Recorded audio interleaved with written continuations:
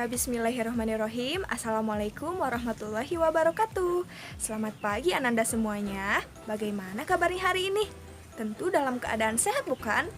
Alhamdulillah, mudah-mudahan kita semua selalu ada dalam lindungan Allah Subhanahu wa taala ya. Amin. Tak lupa juga Ibu mengingatkan untuk selalu patuhi protokol kesehatan ya, supaya pandemi ini cepat usai dan kita bisa berkumpul kembali belajar di sekolah ya. Amin. Nah, pada kesempatan kali ini kita akan melanjutkan pembelajaran di tema 1, subtema 2, pembelajaran 1. Nah, Ananda kemarin sudah menyelesaikan subtema 1, yakni tentang tumbuhan sahabatku. Nah, hari ini kita akan belajar mengenai subtema 2, yakni hewan sahabatku. Nah, Ananda akan belajar tentang cara perkembangbiakan hewan. Selain itu, kita akan mengetahui pengaruh kondisi geografis terhadap kegiatan ekonomi negara-negara ASEAN. Selain itu juga akan belajar tentang ide pokok pada teks laporan. Wah, pembelajaran kali ini akan sangat menyenangkan bukan? Nah, supaya menambah keberkahan, tentu alangkah baiknya kita mulai dengan berdoa terlebih dahulu ya. Yuk, mari bersama-sama berdoa. A'udzubillahi minasyaitonirrajim. Bismillahirrahmanirrahim. Raditu billahi robba wa bil islami dina wa bi muhammadin nabiyya wa rasula. Rabbi zidni ilman warzuqni fahman birahmatika ya arhamar rahimin. Amin. Mudah-mudahan ilmu yang kita dapat bisa bermanfaat untuk kehidupan kita sehari-hari ya. Nah, simak video Ibu baik-baik, catat hal-hal pentingnya, dan apabila ada yang belum dipahami silahkan tanyakan di kolom komen ya. Ya, selamat belajar Ananda semuanya. Ya, di sini Ibu ingin bertanya, adakah di antara Ananda yang mempunyai hewan peliharaan? Ya, misalkan Ananda ada yang mempunyai hewan peliharaan kucing, kelinci, atau bahkan ayam. Nah, hewan-hewan tersebut tentu menjadi sahabat ya bagi kita semua. Ya, nah setiap hewan itu mempunyai kemampuan untuk berkembang biak ya. Dengan kemampuan berkembang biak, nah hewan dapat melestarikan jenisnya. Ya, nah Ibu di sini akan menjelaskan 3 cara berkembang biak pada hewan ya. Ananda semua silahkan catat dan ingat materi ini. Oke. Yang pertama itu dengan cara ovipar atau hewan yang berkembang biak dengan cara bertelur. Nah, di sini Ibu akan memberitahu ciri-ciri hewan yang berkembang biak dengan cara bertelur itu. Ciri-ciri fisiknya di antara lain hewan tersebut tidak memiliki daun telinga. Ya, selain itu juga mengerami telurnya. Coba Ananda perhatikan, hewan apa saja sih yang berkembang biak dengan cara bertelur? Tentu sudah tidak asing bukan? Bahkan menjadi favorit kita semua, yakni ayam. Coba di kulkas saja ada telur ayam ya. Nah, ayam salah satu hewan yang berkembang biak dengan cara bertelur. Selain itu juga ada ikan, ada katak, ada burung ya. Coba sebutkan apalagi sih hewan yang berkembang biak dengan cara bertelur? Ya, catat ya, yang pertama ovipar, yakni hewan yang berkembang biak dengan cara bertelur. Yang kedua, sekarang ada vivipar, yakni hewan yang berkembang biak dengan cara melahirkan. Ya. Nah, hewan-hewan yang melahirkan memiliki beberapa ciri-ciri ya, yaitu memiliki daun telinga dan tubuhnya itu ditutupi oleh rambut. Jadi Ananda bisa membedakan ya dari segi ciri fisik. Hewan yang melahirkan itu rata-rata memiliki daun telinga. Selain itu seluruh tubuhnya ditutupi oleh rambut-rambut ya. Coba amati lingkungan Ananda semua di sekitar. Adakah hewan yang memiliki ciri-ciri tersebut? Ya, tentu banyak bukan? Nah, salah satu yang paling dekat dengan manusia hewan dengan cara berkembang biak melahirkan itu yakni kucing. Coba Ananda ingat-ingat, kucing memiliki daun telinga bukan? Selain itu, tubuh kucing juga ditutupi oleh rambut. Ya, nah kucing merupakan salah satu hewan vivipar ya, atau dengan cara melahirkan berkembang biaknya. Selain itu juga ada sapi, kambing, itu juga berkembang biak secara vivipar. Sebutkan hewan-hewan lainnya coba yang berkembang biak dengan cara vivipar. Ya, sudah 2 yang Ibu sebutkan, dari mulai ovipar, vivipar, dan yang ketiga itu ovovivipar. Jangan terbalik ya, ini ovovivipar, yakni hewan yang berkembang biak dengan cara bertelur sekaligus melahirkan. Wah, bagaimana itu maksudnya ya? Bertelur tapi sekaligus melahirkan. Nah, contohnya itu salah satu contoh hewan yang berkembang biak secara ovovivipar, yakni sejenis ular ya. Ular itu pada beberapa jenis spesiesnya itu ada yang berkembang biak secara ovovivipar. Nah, beberapa jenis ular tidak selamanya melahirkan anaknya. Kadang-kadang pada saat mengeluarkan anak-anaknya masih ada anak telur yang terbungkus cangkang telurnya. Perkembangbiakan seperti ini dikatakan bertelur sekaligus beranak. Ya. Nah, jadi maksudnya begini. Ketika di dalam kandungan ibunya, ular tersebut berbentuk atau berupa telur. Nah, namun ketika dilahirkan itu berupa anak indukannya. Ya, telurnya jadi dipecahkan di dalam perut seperti itu. Ya, itu perkembangbiakan ovovivipar ya. Nah, sekarang coba Ananda amati hewan-hewan yang Ibu tampilkan. Ya. Nah, di situ ada ikan, ada kura-kura, ada sapi, ada burung, buaya, paus, ayam, ular, kucing, ya. Nah, coba sekarang tugasnya Ananda kelompokkan hewan tersebut ke dalam 3 jenis perkembangbiakan, dari mulai ovipar, vivipar, dan ovovivipar ya. Siap? Apabila mendapat keraguan atau ketidakjelasan, silahkan Ananda sampaikan ke Ibu, atau kalian bisa googling dengan Google ya. Siap? Ya. Nah, selanjutnya ya, kita akan melanjutkan dan mengetahui bagaimana sih kondisi geografis itu berpengaruh terhadap kegiatan ekonomi masyarakat ASEAN ya. Nah, tadi kan sedang membahas mengenai hewan ya. Nah, di sini gajah putih itu dianggap suci oleh beberapa negara di Asia Tenggara seperti Myanmar, Kamboja, dan Thailand. Menjaga gajah putih adalah usaha yang sangat mahal karena pemiliknya harus menyediakan makanan khusus untuk gajah. Nah, selain itu juga Indonesia dikaruniai luas wilayah lautan itu lebih besar dibanding luas daratan. Nah, luas lautan Indonesia mencapai 5,8 juta kilometer persegi. Ya, di dalam lautan Indonesia tersimpan potensi perikanan yang cukup besar. Salah satunya ikan tuna. Nah, ikan tuna adalah salah satu ikan yang paling banyak dicari negara lain seperti Jepang, Amerika, dan Uni Eropa. Ya, selain itu, Ananda tahu tidak burung yang hidup di negara tetangga kita? Nah, burung takur dahan hidup di Malaysia. Hewan ini termasuk hewan yang dilindungi negara. Wah, ternyata hewan sahabat kita itu banyak sekali ya. Tidak hanya di Indonesia yang spesiesnya sangat banyak. Ternyata di negara tetangga kita juga terdapat banyak hewan yang dirasa spesial ya. Nah, sekarang kita akan mengetahui bagaimana sih potensi ekonominya ya dari keragaman geografis.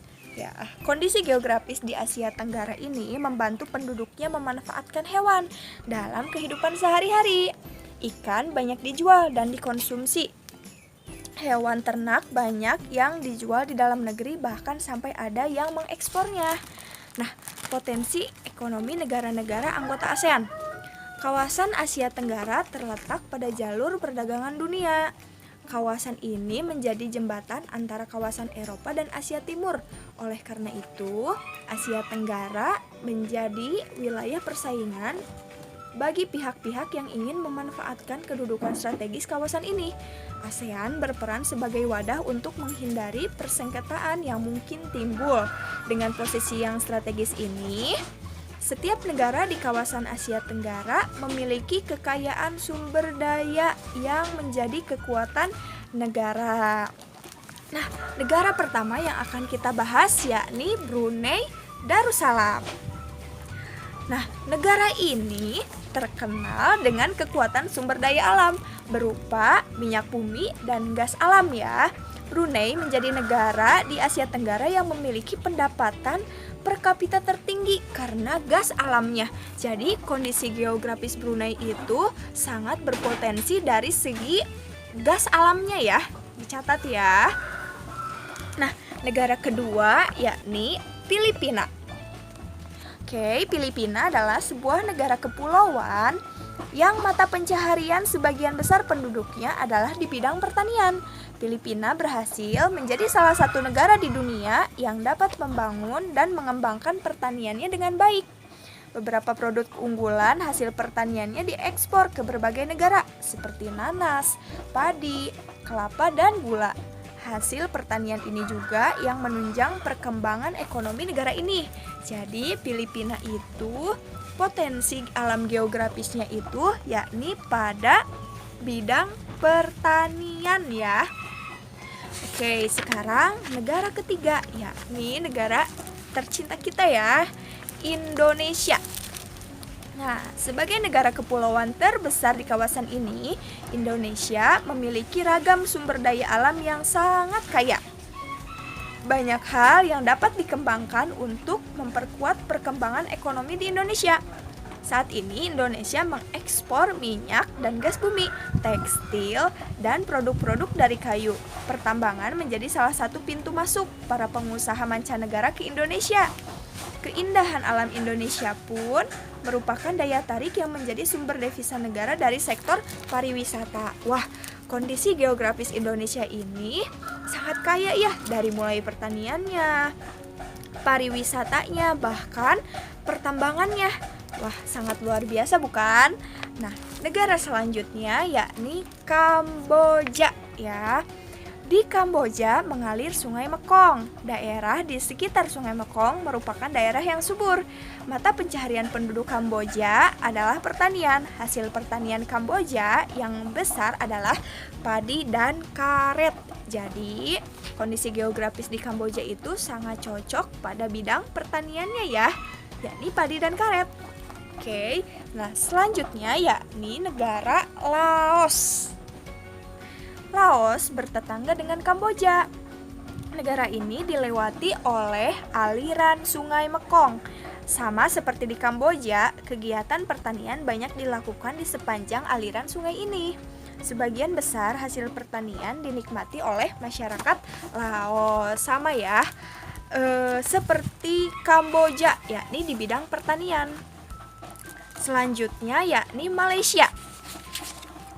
Kegiatan ekonomi utama penduduk Malaysia adalah di bidang pertanian, pertambangan, dan perindustrian. Perdagangan internasional merupakan salah satu kegiatan ekonomi Malaysia yang mengalami pertumbuhan tercepat. Peralatan elektronik, minyak, dan gas bumi diekspor ke negara lain. Produk dari kayu, minyak sawit, karet, tekstil, sepatu, dan bahan-bahan kimia diperdagangkan di dunia internasional. Ya, negara selanjutnya yakni Myanmar. Mata pencaharian utama penduduk Myanmar adalah pertanian, perkebunan, dan pertambangan.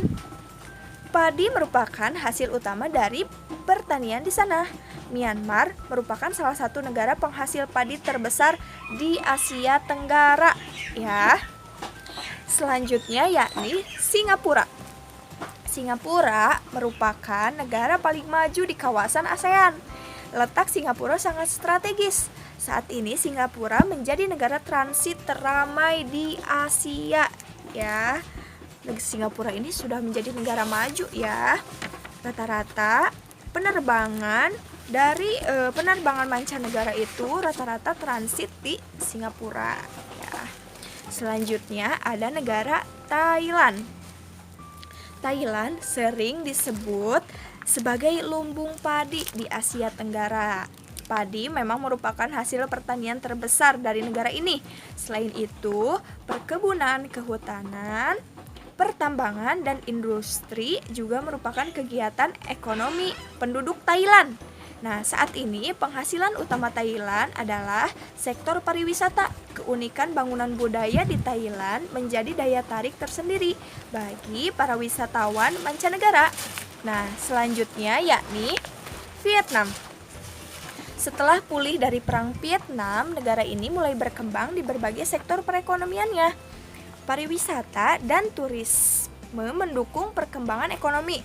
Bidang pendukung lainnya seperti usaha jasa di bidang perhotelan, restoran, serta transportasi juga turut berkembang pesat. Nah, pada pembelajaran sebelumnya Ananda sudah membandingkan dua negara kan? Masih ingat? Tapi membandingkan dalam segi sosial budayanya. Nah, karena Ananda sudah memperoleh informasi mengenai potensi ekonomi negara-negara ASEAN, Ananda boleh menambahkan informasi mengenai potensi ekonomi dari dua negara tersebut ya. Misalkan Ananda dulu sudah memilih Indonesia dan Singapura. Dari segi sosial budayanya sudah Ananda catat nih, sudah dibandingkan. Nah, sekarang silahkan Ananda tambahkan kembali informasi mengenai potensi ekonomi dari Indonesia dan dari Singapura. Siap? Ya. Nah, tambahkan pada diagram yang kalian sudah buat sebelumnya ya, atau buat diagram baru juga dipersilahkan ya. Nah, sekarang kita ke kegiatan terakhir, yakni Ananda akan menuliskan ide pokok dari teks laporan. Tapi coba perhatikan di buku siswa pada tema 1 halaman 72. Adakah di situ teks laporannya? Tidak ya. Nah, Ananda akan mencoba mendengarkan ibu yang akan membacakan teks laporannya. Ananda menyimak, kemudian Ananda akan menuliskan ide pokok dari teks laporan yang ibu bacakan. Siap? Simak baik-baik teks laporan yang ibu bacakan ya. Judulnya Landak. Landak tidak dilahirkan dengan duri-duri tajam. Bayi landak yang baru lahir memiliki duri lunak dan berkilat. Setelah beberapa minggu, duri-duri lunak tersebut akan menebal dan mengeras sehingga menjadi duri-duri tajam. Landak merupakan hewan yang mungil.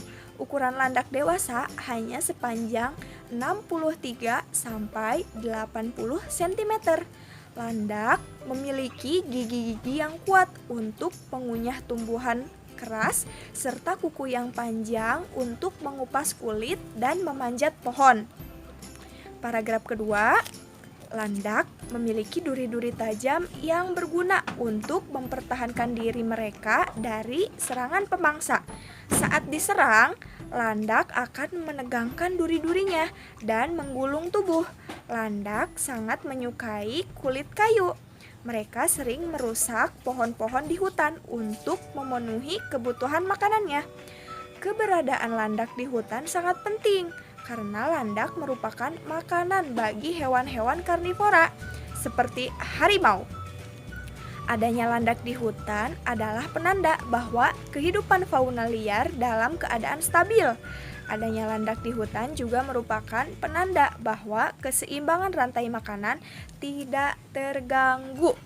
Nah, sekarang tugasnya silahkan Ananda catat dari teks yang sudah ibu bacakan. Yang pertama, judulnya apa? Ya. Yang kedua, ide pokok dari setiap paragrafnya apa? Ada 2 paragraf yang sudah Ibu bacakan. Sebutkan ide pokoknya. Paragraf 1, ide pokoknya apa? Paragraf 2, ide pokoknya apa? Siap? Apabila perlu pengulangan, silahkan diulangi videonya ya. Nah, alhamdulillahirabbil alamin, pembelajaran 1 kali ini sudah selesai. Banyak sekali ilmu yang didapat pada pembelajaran ini ya. Dari mulai tadi perkembangbiakan hewan ya. Ibu rangkum kembali, yakni ada 3, ovipar, vivipar, dan opovivipar. Selain itu, kita semua sudah mengetahui bagaimana kondisi geografis suatu negara itu berpengaruh juga pada potensi ekonominya ya. Nah, dan yang terakhir, Ananda sudah mampu menyimak teks laporan dan menuliskan ide pokoknya. Luar biasa ya. Nah, Ibu ingin bertanya, silahkan jawabannya tulis di kolom komentar ya. Coba sebutkan, selain hewan yang sudah Ibu sebutkan tadi, hewan apa lagi sih atau hewan apa saja sih yang berkembang biak secara ovipar ya? Coba Ananda sebutkan 1 saja hewan yang belum Ibu sebutkan itu yang berkembang biak secara ovipar. Siap? Tulis di kolom komen ya. Nah, alhamdulillahirabbil alamin, pembelajaran cukup sekian dari Ibu. Apabila ada yang ditanyakan, silahkan tuliskan di kolom komen ya. Ya, cukup sekian dari Ibu. Assalamualaikum warahmatullahi wabarakatuh.